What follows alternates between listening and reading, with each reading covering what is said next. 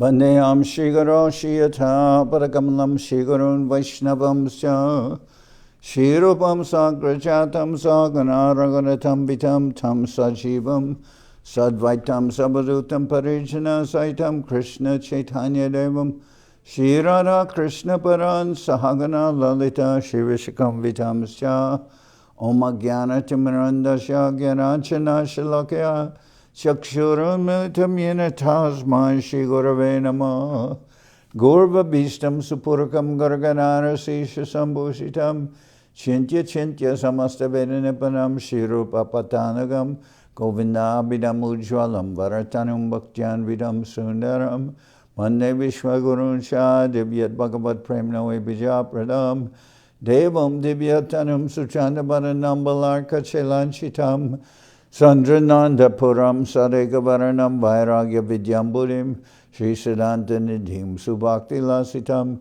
Saraswatanam Baram Bandetam Shivaram Mareka Sharanam Nyasishvara Shidaram Vanshakopatarubyas Chakripasindhu Bhyevacha Patitanam Pavenibhyo Vaishnavebhyo Namo Namah Namo Mahamaranyaya Krishna Prema Pradayate Krishnaya Krishna Chaitanya Namane Gauratavishe Namah.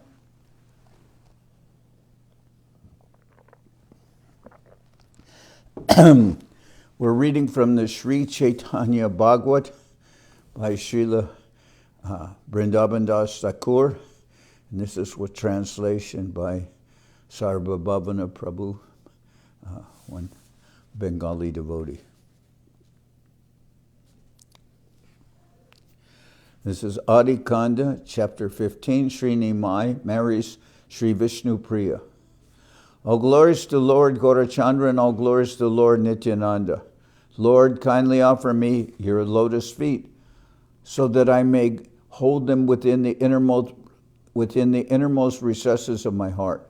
All glories to Lord Gauranga and his associates. One achieves devotional service to the Supreme Lord just by hearing the wonderful pastimes of Sri Chaitanya. The Lord continued to perform his pastimes as a scholar without anyone detecting his absolute identity. He rose early each morning, performed his daily religious duties, offered obeisances to his mother, and went to teach his students. Mukunda Sanjaya was an eternal servant of the Lord, and his son was Purushottama Das. Mukunda Sanjaya was so fortunate that the Lord went to his house every day to teach.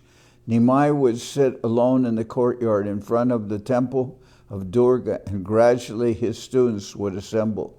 Occasionally, some student would forget to mark his forehead with Urdhva Pundra Tilak. Occasionally, some student would forget to mark his forehead with Urdhva Pundra Tilak. As the propagator and maintainer of Sanatana Dharma, Nimai felt compelled to protect the conditioned souls from deviating from the path of religion. Therefore, he never neglected to rectify his students when necessary. He would chastise the forgetful boy to such a degree that the student would acquiesce in shame and certainly never again forget to apply his tilak. My dear boy, I say that you have not put on tilak. What is the reason for this? Would demand Nimai. The Vedic literature says that the forehead that does not bear the mark of tilak is as good as a crematorium. I can also understand from this oversight that your Brahminical practices have been rendered useless. Go home and perform your Brahminical duties again, and then with tilak upon your forehead, you may return to school. In this way, the Lord taught all the students to maintain the proper standards of Brahminical and religious practice. The Lord did not modify his imperious spirit, nor did he spare anyone his criticism. Whoever was negligent was eligible for the Lord's strict correction. Nimai's character was always exemplary. He never made jokes or laughed in the company of women. In fact, he kept his distance from women and avoided meeting them. Nimai especially liked to tease and find fault with the residents of Srihata, irritating imitating their peculiar pronunciations. Nimai especially liked to tease and find fault with the residents of Srihata, imitating their peculiar pronunciation. The infuriated residents of Srihata would retort, "O Lord, and which land do you hail from? Tell us where your father and mother and their forefathers came from. Which one of them was not born in Srihata? You yourself are a descendant of Srihata, so why do you make such fun of us?"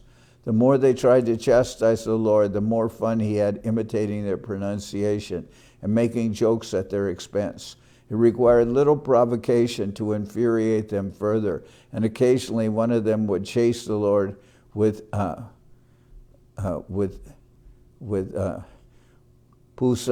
pusillanimous intentions, or with chasing the Lord. The chase was usually futile, for the Lord could not be caught easily, and ultimately the angry fellow would simply stomp the ground in frustration and shout invectives. Occasionally, someone managed to capture Nimai and drag him to the local Muslim magistrate to register a complaint. His friends would arrive in time to pacify the angry parties and reach some mutual understanding.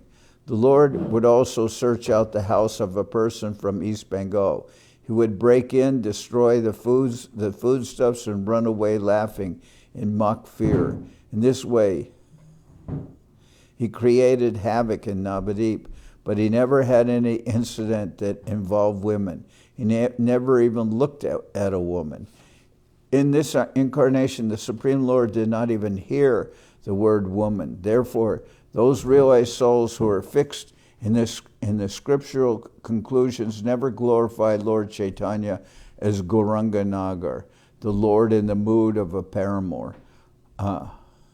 Although every kind of eulogy is applicable to the Lord, knowledgeable pure devotees offer glorification in accordance with the nature that the Lord manifests in a peculiar incarnation. In Navadip, the Supreme Personality of Godhead was Nimai Pandit, the scholar. The Lord of the Vaikuntha planets enjoyed his transcendental activities as a teacher in the house of Sri Mukunda Sanjaya. All his students sat around him, and he taught them with great pleasure. Sometimes he pretended to have a headache and ordered medicated oil massaged into his head.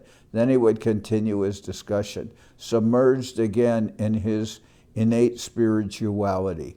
From early morning until afternoon, he taught his students and then went to the Ganga for his bath. Then again, from early evening to the late evening, he continued his discussions and teaching.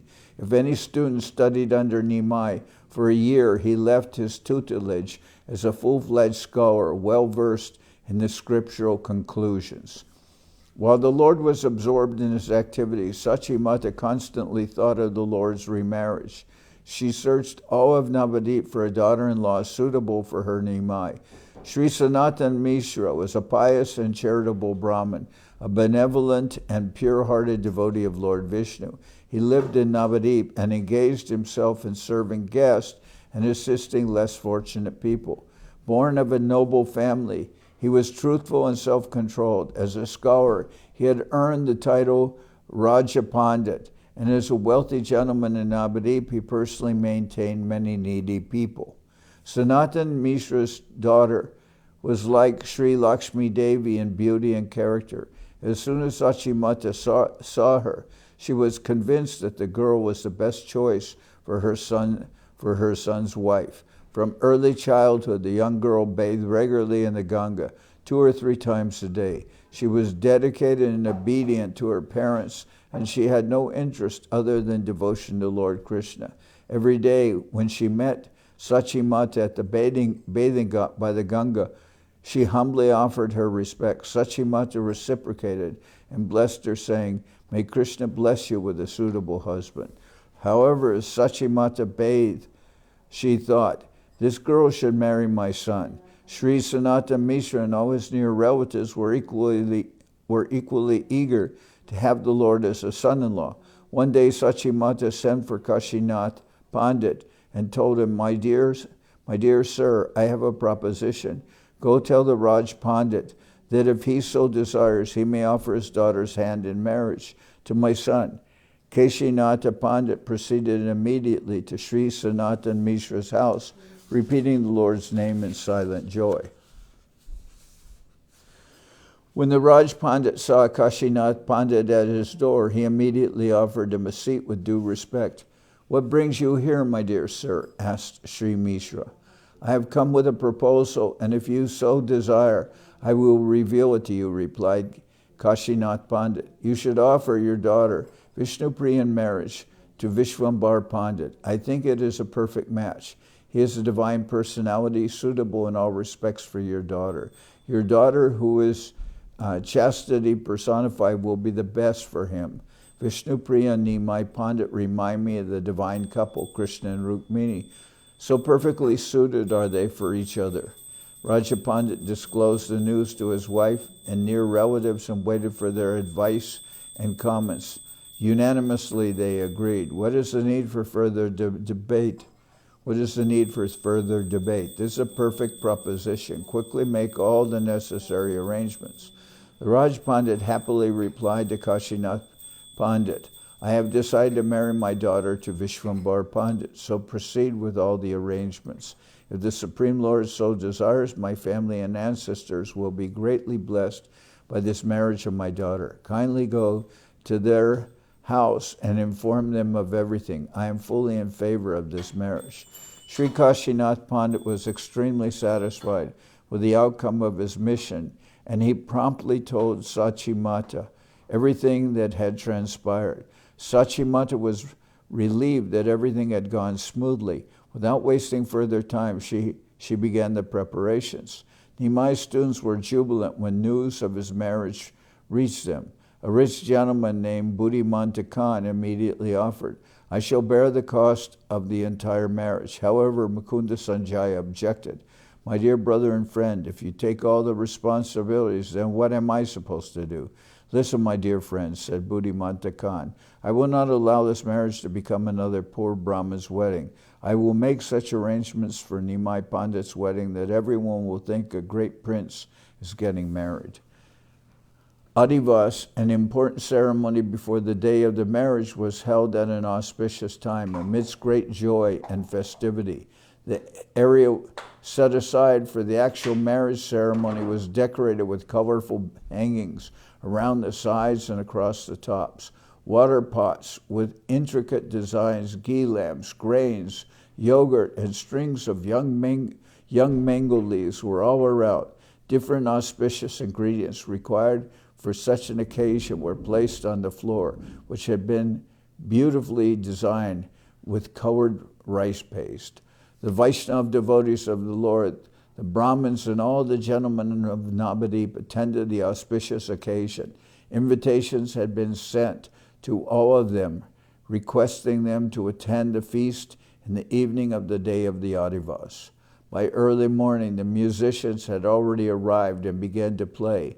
Loud and melodious sounds of mridanga and other drums, shanai and cymbals were carried in all directions. The priests began to chant the Vedic mantras, and the ladies ululated, adding to the festive mood. The crest jewel of the Brahman race, Nimai Pandit, seated himself in the midst of the Vedic chanters. The priests and Brahmins around him felt a surge of joy in his presence. Different objects required to formally receive the guest were brought to Nimai Pandit. He garlanded the respectable gentlemen with flowers and applied sandalwood paste upon their foreheads, offering each of them a betel nut and leaf according to the custom of the time. The Brahmin population in Navadip was large in those days, so countless gentlemen came and went with no one keeping track. Some amongst them were very greedy and returned repeatedly, mixing with the crowd and pretending they had just arrived in order to receive another gift. Having received invitations, people came from distant locations and were unknown to each other, but despite such anonymity, There was a strong festive spirit. The Lord was in a joyful mood, and he played the perfect host. Give all the flower garlands, sandalwood paste, and other gifts to the guest at least 3 times, ordered Nimai. Do not think about the cost. Just give freely to everyone. The greedy Brahmins who were endeavoring to take the free gifts several times were suddenly checked and felt ashamed because of the Lord's generosity. The Brahmins are dear to the Lord, and he wanted to protect their religiosity. Some men were committing offenses by deceitfully collecting extra gifts. Therefore, he gave the instructions to give the gifts 3 times to any person. After receiving the gifts 3 times, no one wanted any more. They were satisfied. No one amongst the milling guests knew that the flower garlands, sandalwood paste, and betel leaf they had received were actually expansions of Lord Anantasesha, serving as master, the Supreme Personality of Godhead, Nimai Pandit. In the profuse distribution of gifts, many flowers, sandal paste, and betel leaf fell to the ground, and the quantity of those remnants would have sufficed for 5 opulent weddings, not counting those gifts which were taken home by the guest. Every visitor was impressed by the arrangements and left the wedding praising the opulence of the ceremonies. Even the wealthiest men of Navadip were impressed, for their fathers had not spent so lavishly upon their weddings. The profusion of flowers, sandal paste, betel leaf, betel nut, and other gifts had never been seen before in Navadip.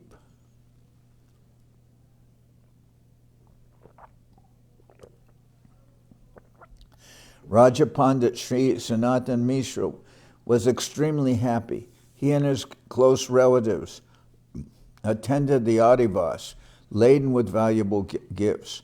At an auspicious moment, he joyfully applied tilak to the Lord's forehead, just as the Vedas recommend.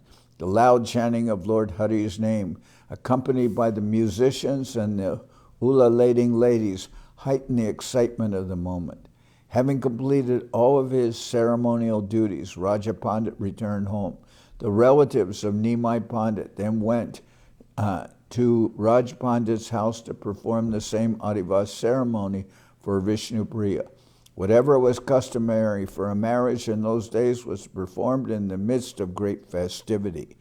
Early the next morning, the Lord went for his bath in the Ganga, and upon returning, he went directly to the temple to worship the Supreme Lord Vishnu. Thereafter, he sat with his close relations to offer obeisances to their forefathers for their satisfaction. The musicians, dancers, and singers, performing loudly enough for everyone to hear, maintained the festive mood. Every corner of the house was decorated. There were beautiful designs on the floor, water pots, grains, and yogurt. Lamps and strings of auspicious mango leaves hung everywhere. Colored festoons fluttered like flags in the wind, and the air was filled with festive excitement. The chaste ladies of Navadip accompanied Sachi Mata while performing all the customary and traditional rituals. First, they went to the Ganga for their bath, and then, followed by musicians, they visited the village deity, Sashti, where they prayed for her blessings. From the temple, they visited the house of different relatives and then returned home. She distributed koi, bananas, oil, betel nut, betel leaf, and vermilion to the ladies who had accompanied her and satisfied them in every respect. By the will of the omnipotent Supreme Lord, there was no dearth of anything, so Sachi Mata generously distributed her gifts to the ladies several times over. Not a single lady was dissatisfied.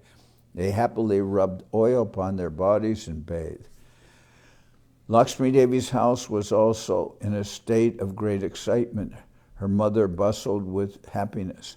Caught in the waves of ecstasy, Raj Pandit spent lavishly and offered his daughter wholeheartedly to Lord Gaurasundar.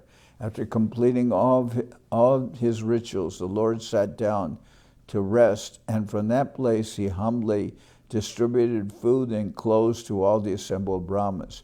He offered respects to each person according to his position and gave in charity to satisfy each person's need. The Brahmins blessed the Lord and returned to their houses fully satisfied.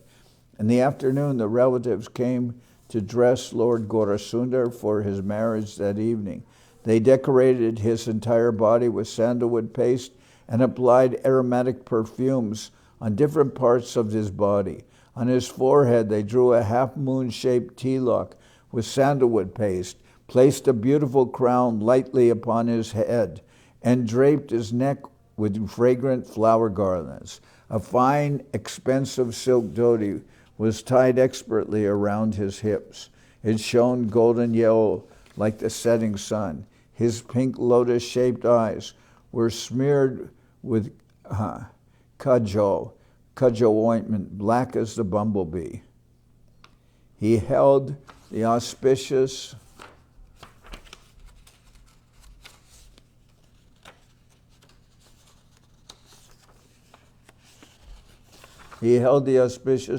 three-bladed grass and the peat of a banana tree, while exquisite and expensive golden earrings swayed from his ears and other valuable jewelry decorated his upper arms and his neck.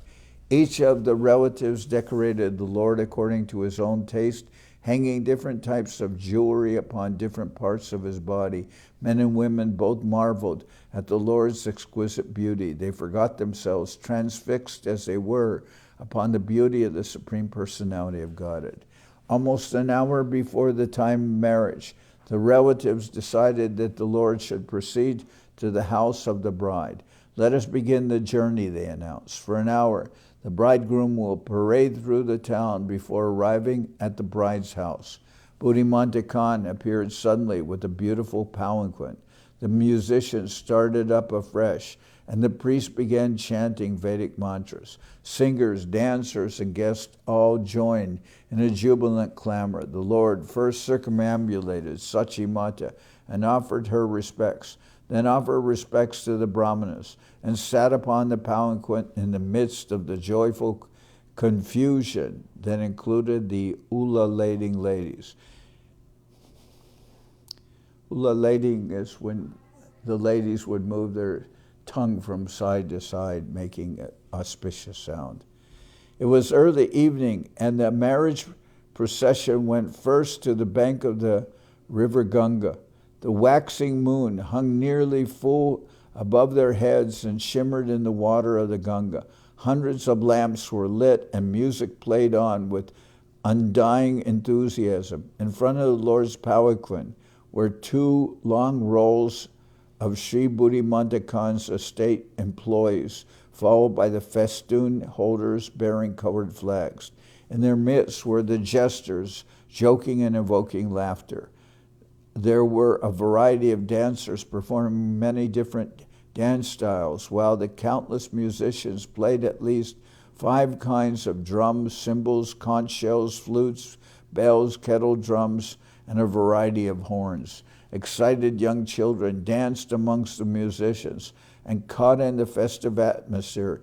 Even older people abandoned their reserve and joined the children, while the excited young children danced among the musicians and caught in the festive atmosphere. Even older people abandoned their reserve and joined the children, while the Lord smiled at the happy sight. The procession stopped for a while on the bank of the Ganga, singing, dancing, and happily playing their instruments before proceeding to the bride's house. After offering flowers to Mother Ganga, the entire procession turned towards town. Whoever witnessed the parade was struck with wonder at its opulence. I have seen many extravagant marriages, but I have never witnessed anything like this one before, said one person. The residents of Navadvip were fortunate to see the Supreme Personality of Godhead in person as he swayed past them upon his palanquin. The Brahmins who had beautiful unmarried daughters in their homes all lamented, "It is a great pity and certainly my misfortune that I could not give my daughter in marriage to this handsome young man. Now what can I do? I offer my obeisances at the feet of all the residents of Navadvip who witnessed this transcendently joyful pastime of the Lord. After the procession had passed through all the different localities of Navadip, they arrived at the house of Sri Sanatan Mishra, the Raj Pandit. Everyone came out of the house, ululating and making other loud sounds of welcome for the procession. Raj Pandit came forward to receive the Lord from the palanquin. He helped him step down and then took him inside where a seat had been prepared. The joy Raja Pandit felt was indescribable, and the love and respect he felt for the Lord was visible on his face as he escorted Nimai Pandit into his house. He showered flowers on the Lord as a blessing and welcome. The reception party from the bride's side consisted of relatives and priests who came forward with fine clothes, jewelry, and other precious gifts for the Lord. The bride's mother placed the auspicious three-bladed grass upon the Lord's head and then worshipped him with a 7-wick ghee lamp. At that time, Sri Vishnupriya Devi, who had been dressed exquisitely, took her seat. The reception party from the bride's son consisted of relatives and priests who came forward with fine clothes, jewelry, and other precious gifts for the Lord. The bride's mother placed the auspicious three-headed grass upon the Lord's head and then worshipped him with a 7-wick ghee lamp. At that time, Sri Vishnupriya Devi, who had been dressed exquisitely, took her seat. The relatives of Nimai Pandit were both impressed and satisfied to see such a beautiful bride. They lifted the Lord onto his seat according to the marriage ritual. They hung a curtain around the Lord, and Vishnupriya circumambulated Sri Gaurasundar 7 times. Then, facing him with folded hands, she offered her respectful obeisances. The relatives threw flowers over the couple, and the air was filled with loud music and the ululations of the ladies. Vishnupriya placed a flower garland at the lotus feet of the Lord, offering him her life and soul. The Lord picked up the flower garland and, smiling sweetly, placed it around her neck. Again, the divine couple was drowned in a shower of flower petals. Unseen by the common men, the demigods, headed by Lord Brahma, also showered flowers upon Sri Vishnupriya and Sri Gaurasundar. Gaurasundar's group competed with Vishnupriya's group in showering flowers and making joyous sounds. Absorbed in the contest, everyone forgot their own cares and worries. Sometimes the Lord's side seemed to be victorious, and at other times, Vishnupriya's side seemed more enthusiastic. The Lord was pleased to see everyone enjoying themselves in such a wonderful way. Thousands of lamps shed bright light everywhere, and the loud and joyous sounds of song and instruments filled the sky. By the time the moment came for the bride and bridegroom to exchange glances, the universe seemed inundated by tumultuous and joyful sounds. Then the divine couple sat down, and Raja Pandit sat with them to officially offer his daughter to Lord Gaurasundar.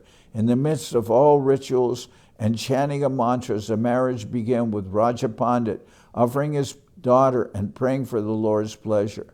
Along with his daughter, Raj Pandit also gave nice cows full of milk, a lot of land and property, beds and furniture, maids and servants, and other valuable gifts.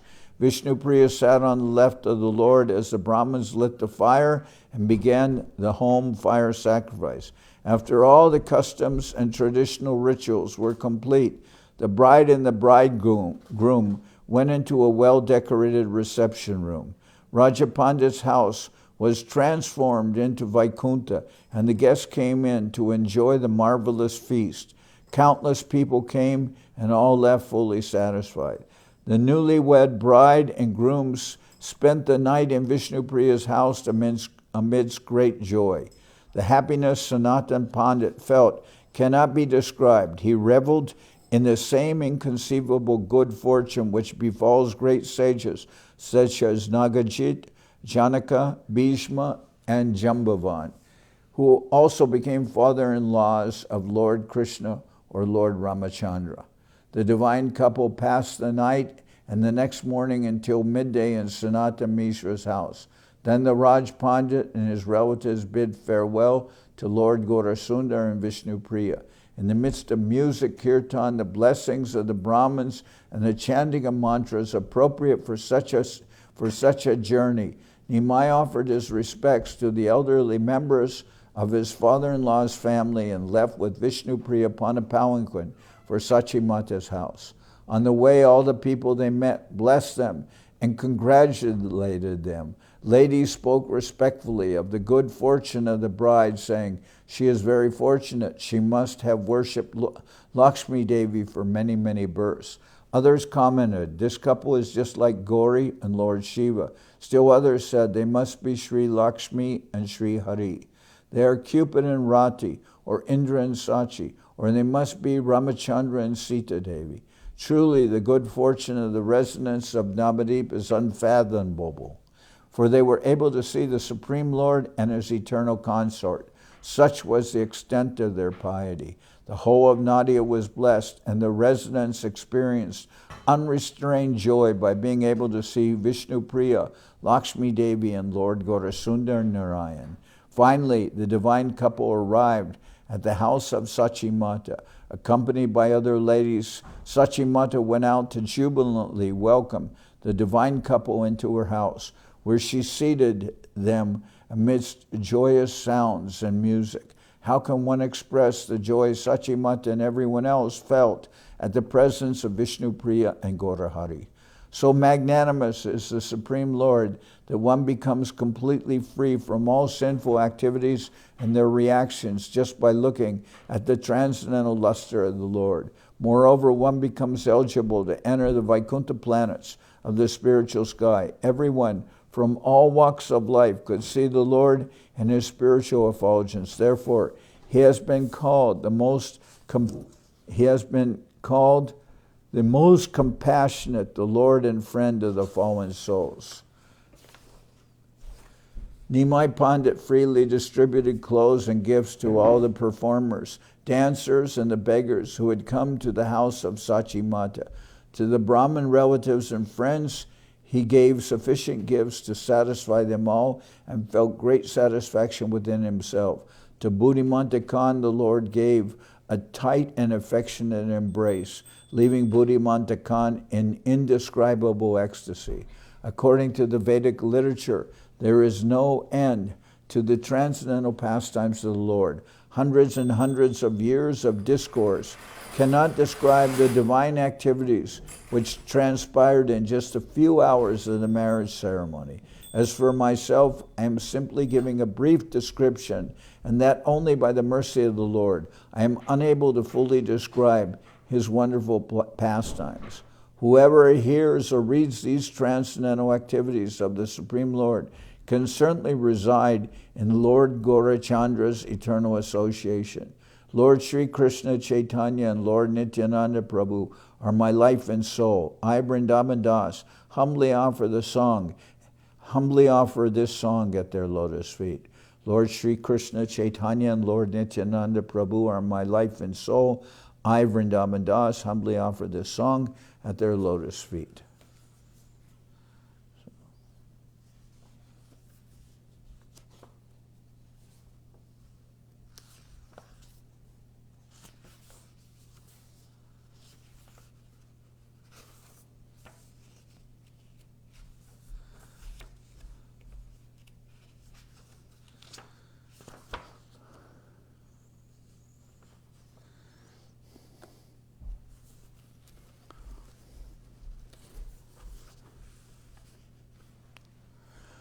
Hari Haraya Nama Krishna Jadavaya Nama.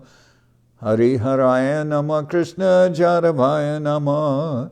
Jadavaya Madhavaya Keshavaya Nama. Jadavaya Madhavaya Keshavaya Nama. Gopal Govinda Ram Shri Madhusudan. Gopal Govinda Ram Shri Madhusudan. Giridhari Gopinatha Marana Mohan.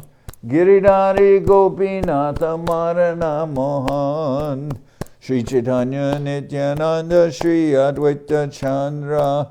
Shri Chaitanya Nityananda Shri Advaita Chandra. Gadadhara Shiva Sadi Gora Bhakta Vrinda. Gadadhara Shiva Sadi Gora Bhakta Vrinda. Jai Rupa Sanatan Bhatta Raghunath. Jai Rupa Sanatan Bhatta Raghunath. Shri Jiva Gopala Bhatta Dasa Raghunath. Shri Jiva Gopala Bhatta Dasa Raghunath. H.I. Gosai Kori Charana Bandhan. H.I. Gosai Kori Charana Bandhan. Jaite Vignana Shabishta Puran. Jaite Vignana Shabishta Puran. H.I. Gosai Jarmui Taradas. H.I. Gosai Jarmui Taradas. Tasabar para renu mora panchagras. Tasabar para renu mora panchagras. Tader charana sevi bhakta sanibas. Tader charana sevi bhakta sanibas. Janame janame more abhilas. Janame janame more abhilas. H.I. Gosai Jabe Braje Koilabas. H.I. Gosai Jabe Braje Koilabas.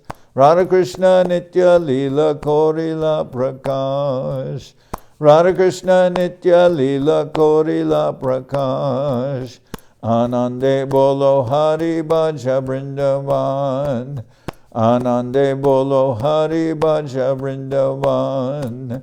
Shri Guru Vaishnava Pade Majai Aman. Shri Guru Vaishnava Pade Majai Aman. Shri Guru Vaishnava Pad Padma Koriyas. Shri Guru Vaishnava Pad Padma Koriyas. Harinam Sankirtana Kohe Naratamudas. Harinam Sankirtana Kohe Naratamudas. Shri Guru Vaishnava Pad Padma Koriyas. Shri Guru Vaishnava Pad Padma Koriyas. Harinam Sankirtana Kohe Narotamadas. Harinam Sankirtana Kohe Narotamadas. Hare Krishna Krishna Krishna Hare Hare. Hare Krishna Krishna Krishna Hare Hare. Hare Rama Rama Rama Hare Hare. Hare Rama Rama Rama Hare Hare. Hare Krishna Krishna Krishna Hare Hare. Hare Krishna Krishna Krishna Hare Hare. Hare Rama Rama Rama Hare Hare. Hare Rama Rama Hare Hare. Nitai Gora Haribo, Haribo, Haribo, Haribo. Nitai Gora Haribo, Haribo, Haribo, Haribo. Nitai Gora Haribo, Haribo, Haribo, Haribo. Nitai Gora Haribo, Haribo, Haribo, Haribo. Jai Saparikara Shishi Guru Guranga Gandharvika Giridhari Ju Ki Jai. Jai Om Vishnupad Paramahansa Parabhajakacharya Statara Sadashi Shimad Srila Bhakti Nirmal Acharya Maharaj ki jai, Jai Om Vishnupad Paramahansa Parabhajakacharya Ashtatara Sadashi Srimad Srila Bhakti Sundar Govinda Dev Goswami Maharaj ki jai, Jai Om Vishnupad Paramahansa Parabhajakacharya Ashtatara Sadashi Srimad Srila Bhakti Rakshira Dev Goswami Maharaj ki jai, Jai Bhagavan Srila Bhakti Siddhanta Saraswati Goswami Thakur ki jai, Jai Om Vishnupad Srila Gaur Kishore Das Babaji Maharaj ki jai, Jai Om Vishnupad Srila Satchidananda Bhakti Vinod Thakur ki jai, Jai Om Vishnupad Vaishnava Sarvabhauma Srila Jagannath Das Babaji Maharaj ki jai, Rupanuga Guru Bharga ki jai, Namacharya Srila Haridas Thakur ki jai, Shri Rupa Sanatana Bhatta Raghunath Shri Jiva Gopal Bhatta Dasha Raghunath Shad Goswami Prabhu ki jai, Premsigo Shri Krishna Chaitanya Prabhu Nityananda Shri Advaita Gadadhar Shivasari Shri Gaura Bhakta Vrinda ki jai, Vishvavaranya Srila Bhakti Vedanta Swami Maharaj Prabhupada ki jai, Ananta Koti Vaishnava Vrinda ki jai, Shri Navadip Dham ki jai, Shri Ram Mayapur ki jai, Saparshada Shri Nityananda Prabhu ki jai, Saparshada Shriman Mahaprabhu ki jai, Shri Kuladvip ki jai, Shri Chaitanya Saraswat Mat ki jai, Soquel Shri Chaitanya Saraswat Sevashram ki jai, Ganga Devi ki jai, Tulasi Maharani ki jai, Bhakti Devi ki jai, Shri Vrindaban Dham ki jai, Shri Shri Radha Krishna Go Gopi Govardhan Sham Kunda Radhakunda Kalindi Yamuna Jo ki jai, Samaveda Bhakta Vrinda ki jai, Shri Harinam Sankirtan ki jai, Shri Akadasi Upagvas ki jai, all the assembled devotees ki jai. Gaur Premanande Hari Hari Bo.